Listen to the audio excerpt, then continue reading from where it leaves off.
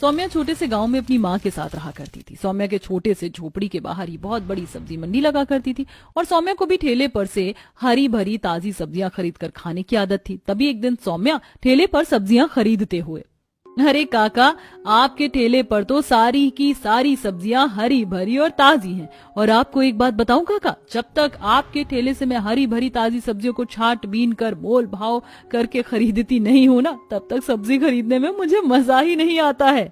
अब सौम्या सब्जी को खरीद कर अपने घर में घुसती है, तभी धनवंती उसके हाथों में सब्जियां देखकर कहती है, अरे बस कर सौम्या, कब तक ऐसे ही ठेले पर सब्जियां खरीदती और छांटती रहेगी।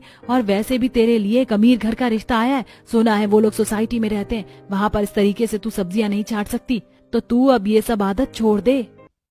कोई बात नहीं माँ, मैं वहाँ पर भी कोई जुगाड़ कर ही लूंगी, आप चिंता मत करो। कभी कोई बात गौर से नहीं सुनती है, हर बात को मजाक में उड़ा देती है। अब गरीब धनवंती अपनी बेटी सौम्या की शादी सोसाइटी में रहने वाले एक अच्छे घर परिवार में करवा देती है।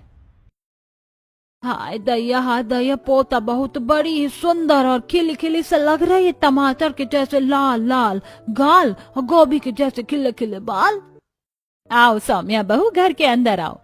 बड़ी ही तारीफों के साथ सौम्या का गृह प्रवेश होता है। अगले दिन सुबह सौम्या अपनी पहली रसोई का खाना बनाने के लिए रसोई में आती है, जहाँ कुछ सब्जियां रखी होती हैं जो कि पैकेट में पैक होती हैं। अरे ये कैसी सब्जी है, आज से पहले तो मैंने ऐसी सब्जियां कभी नहीं देखी। ऐसा लग रहा है सारी सब्जियां इस पैकेट के अंदर खुदकुशी करी बैठी हैं।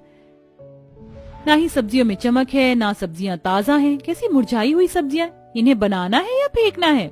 तभी रसोई में सौम्या की देवरानी काजल आती है। क्या हुआ सौम्या, कुछ ज्यादा ही परेशान लग रही हो? कुछ नहीं जेठानी जी, बस मुझे पहले रसोई का खाना बनाना था, लेकिन कहीं पर भी फ्रेश सब्जियां नहीं दिख रही। तुम्हारा दिमाग खराब हो गया क्या सौम्या? तुम्हारे सामने तो इतनी सारी फ्रेश पैकेट की सब्जियां रखी हुई हैं जो मैंने कल ही ऑनलाइन मंगवाई हैं ब्लिंकिट से। हाँ, पर बनाने से पहले एक बार इन्हें गर्म पानी में नींबू डालकर वॉश कर लेना। पैकेट की सब्जियां है ना, तो वॉश करके ही बनाना चाहिए। यहीं पर आकर ही देखा है ऐसी सब्जियां तो जेठानी जी, हमारे यहाँ तो अच्छी खासी ठेले पर सब्जियां मिलती हैं जो कि बहुत ताजी और फ्रेश होती हैं। उन्हें इस तरीके से नींबू या गर्म पानी में धोना नहीं पड़ता। ओ प्लीज सौम्या, मैं जानती हूँ कि तुम एक छोटे से गांव की सब्जी मंडी से उठकर इस सोसाइटी में आई हो, पर इसका ये मतलब नहीं कि वो गंवारपंथी तुम यहाँ भी करनी शुरू कर दो। इसलिए चुपचाप ये पैकेट वाली सब्जियां बनाना शुरू कर दो। अब सौम्या उन्हीं सब्जियों को पैकेट से निकालती है, उसको 2-3 बार गर्म पानी में धोती है और फिर बनाकर अपने पूरे ससुराल वालों को खिलाती है। अरे पोता बहू, ये कैसी सब्जी बना दी तूने? मैंने तो सुना था कि तू एक सब्जी मंडी के पास रहती है, इसलिए मुझे तो लगा था कि तू स्वादिष्ट सब्जियां बनाएगी खाने में, लेकिन तूने भी वही काम चलाऊ खाना बना दिया। इतनी भी बुरी नहीं है सब्जी माँ जी, ठीक तो है, ऐसे ही बनती है हर दिन हमारे घर में सब्जियां। अब सौम्या नई थी, इसलिए वो किसी से कुछ नहीं कहती है। ऐसे ही कई दिन गुजरते हैं और सौम्या को वो पैकेट की सब्जी खाना बिल्कुल भी पसंद नहीं आता। तभी एक दिन सौम्या बालकनी में खड़ी थी। अरे बाप रे, ये कहाँ शादी करवा दी मेरी माँ ने। दूर दूर तक यहाँ कोई नहीं दिखाई दे रहा है। ये कैसी सोसाइटी के लोग हैं? लगता है आसपास में कोई किसी से बात नहीं करता। जिसका दरवाजा देखो लगता है सदियों से बंद है, कभी खोलती ही नहीं है क्या? अरे यार, यहाँ कोई ठेले पर सब्जी बेचने के लिए आता ही नहीं है क्या? कोई मुझे ठेले की सब्जी खिला दो। तभी दूर दूर तक नजर घुमाने के बाद सौम्या की नजर अपार्टमेंट के दरवाजे पर जाती है, जहाँ एक औरत ठेले पर सब्जी बेच रही होती है। तभी सौम्या अपनी आंखों को मसलते हुए, अरे ये क्या मेरी आंखों को कोई धोखा हुआ है या सच में ठेले पर सब्जी बेचने वाले को देख रही हूँ?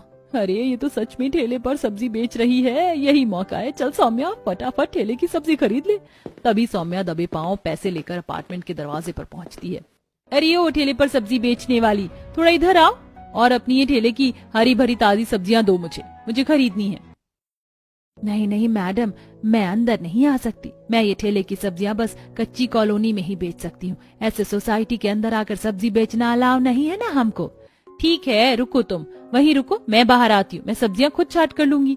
अब काजल की देवरानी ठेले पर से ही हरी भरी ताजा सब्जियां छाट कर खरीद रही होती कि तभी बालकनी से काजल सौम्या को ठेले पर से सब्जी खरीदते हुए देख लेती है। तभी जाकर सासू माँ को बताती हूँ कि कैसे देवरानी जी सोसाइटी के बाहर ठेले पर से सब्जियां खरीद रही हैं। अब काजल अपनी सास के पास जाकर अपनी देवरानी की बुराई करने लग जाती है, जिसके बाद काजल और उर्मिला दोनों ही सौम्या के पास पहुंचते हैं। अरे सौम्या बहू, तुम्हारा दिमाग खराब हो गया है क्या, जो तुम ठेलों से सब्जियां खरीद रही हो? पता नहीं है क्या सासू माँ, देवरानी जी को जब देखो तब सब्जियों की बुराई करती रहती है। और कहती हैं कि हम जो सब्जियां खाते हैं वो अच्छी नहीं है। इन्हें तो ठेले से सब्जियां खरीदने की और खाने की आदत है और आज ठेले पर सब्जियां खरीदने भी आ गई। खबरदार बहू, अभी के अभी इन सब्जियों को यहीं छोड़ दो और तुम मेरी बात कान खोलकर सुन लो। आज के बाद मेरी बहू को ये ठेले की सब्जी देने की कोशिश भी मत करना, नहीं तो मुझसे बुरा कोई नहीं होगा। और बहू, तुम भी ऐसे ठेले से सब्जियां मत खरीदा करो, सोसाइटी में सब हमारे बारे में क्या सोचेंगे। मेरी सासू माँ को भी अभी आना था, अच्छा भला ठेले की हरी भरी ताजी सब्जी खरीद रही थी। ऊपर से मेरी जेठानी कुछ ज्यादा ही मॉडर्न बनती है। पक्का यही लेकर आई होंगी माँ जी को यहाँ। ठीक है माँ जी, आइंदा नहीं लूंगी ठेले की सब्जियां। अब सौम्या ठेले की वो सभी हरी भरी ताजा सब्जियां छोड़कर वापस आ जाती है। तभी एक दिन, आ गया पोता बहू, तेरा मुंह तो दिन पर दिन सूखता ही जा रहा है। जब आई थी तो टमाटर की तरह लाल लाल गाल थे तेरे। तो दादी सास, मुंह तो सूखने लगेगा ही ना जब सूखी हुई सब्जियां खाऊंगी, क्योंकि जब मैं अपने मायके में थी तो ठेले से हरी भरी ताजा सब्जियां खरीद के खाती थी, इसीलिए शरीर भी ताजा और हरा भरा था। तभी अगले दिन सुबह हमेशा की तरह आज भी सौम्या अपने ससुराल में पैकेट वाली सब्जियों को बना रही थी। हे भगवान, कब तक मुझे ऐसे ये पैकेट वाली सब्जियां खानी पड़ेंगी। कोई तो ऐसा उपाय बताओ जिससे मेरे साथ साथ मेरे ससुराल वालों को भी ठेले की हरी भरी सब्जियां खाने की आदत लग जाए। ऐसे ही कई दिन गुजरते हैं और एक दिन सौम्या के दिमाग में एक आइडिया आता है, जिसके बाद से सौम्या रोज बालकनी पर उस ठेले वाली का इंतजार करने लगी थी। अरे यार, आज भी नहीं आई वो ठेले पर सब्जी बेचने वाली। तभी एक दिन जब सौम्या बालकनी से झांकती है तो उसकी नजर ठेले पर सब्जी बेचने वाली औरत पर जाती है। जो होता है अच्छे के लिए ही होता है। अच्छा हुआ ये आज समिति के पास आई है, क्योंकि आज घर पर कोई नहीं है। अब सौम्या ठेले वाली के पास आकर, मैडम आज आप फिर यहाँ आ गई, आप जाइए यहाँ से, मुझे आपको कोई सब्जी नहीं देनी। अरे डरो मत, आज कुछ नहीं होगा। और आज मैं तुम्हारी ठेले की सब्जियों के लिए आइडिया लेकर आई हूँ, जिससे तुम्हारी ये ठेले की सब्जियां सोसाइटी से लेकर कच्ची सड़कों तक मशहूर हो जाएंगी। मतलब क्या है आपका मैडम? दरअसल एक वेबसाइट है ठेले वाली सब्जियां, जिस पर ताजा सब्जियां बहुत ही सस्ते दाम पर बिकती हैं और लोग बहुत ही खुशी से उन्हें खरीदते भी हैं। इस वेबसाइट पर मैं तुम्हारी ये ठेले की सब्जियां सप्लाई करूंगी, खुद पैकिंग करके। बस तुम्हें जब मैं बुलाऊं तुम अपनी सब्जियां लेकर यहाँ आ जाना।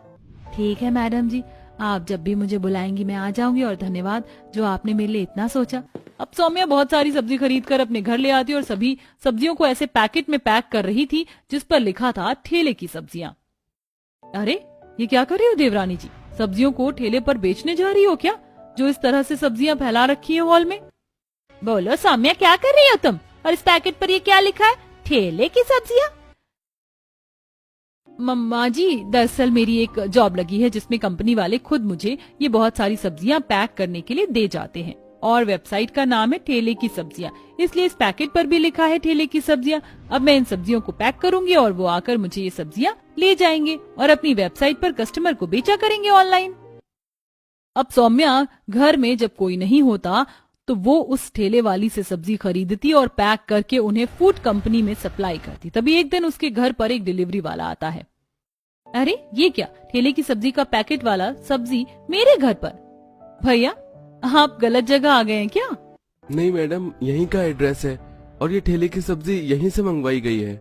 हाँ सौम्या, ये सब्जी मैंने ही मंगाई थी। सोसाइटी के कई लोग ठेले वाली सब्जी की वेबसाइट से सब्जी मंगा रहे हैं, तो मैंने भी मंगा ली। अब सौम्या उन्हीं सब्जियों को बनाकर अपने ससुराल वालों को खिला रही होती है। वैसे माँ जी, आपने जिस वेबसाइट से ये सब्जियां मंगाई हैं, वो सब्जी आपको पता है कहाँ से है? हाँ, एक वेबसाइट है कोई ठेले वाली सब्जी करके। नहीं माँ जी, दरअसल ये उन्हीं ठेलों की सब्जियां हैं जिन ठेलों से आपने मुझे सब्जी लेने के लिए मना किया था, और मैं उन्हीं सब्जियों को ठेले से खरीदकर पैकिंग करके ठेले की सब्जी वेबसाइट पर सप्लाई करती थी। अरे वाह, ये तो बहुत ही समझदारी का काम किया तूने पोता बहू।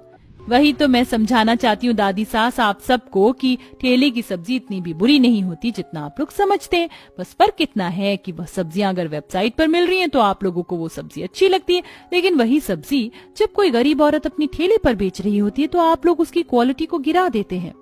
सौम्या, तुम ठीक कह रही हो, हमें माफ कर दो, हमको ऐसा नहीं करना चाहिए था। हम अमीरी में इतना ज्यादा मदहोश हो गए थे कि हमें उन गरीबों की मेहनत भी नहीं दिखी।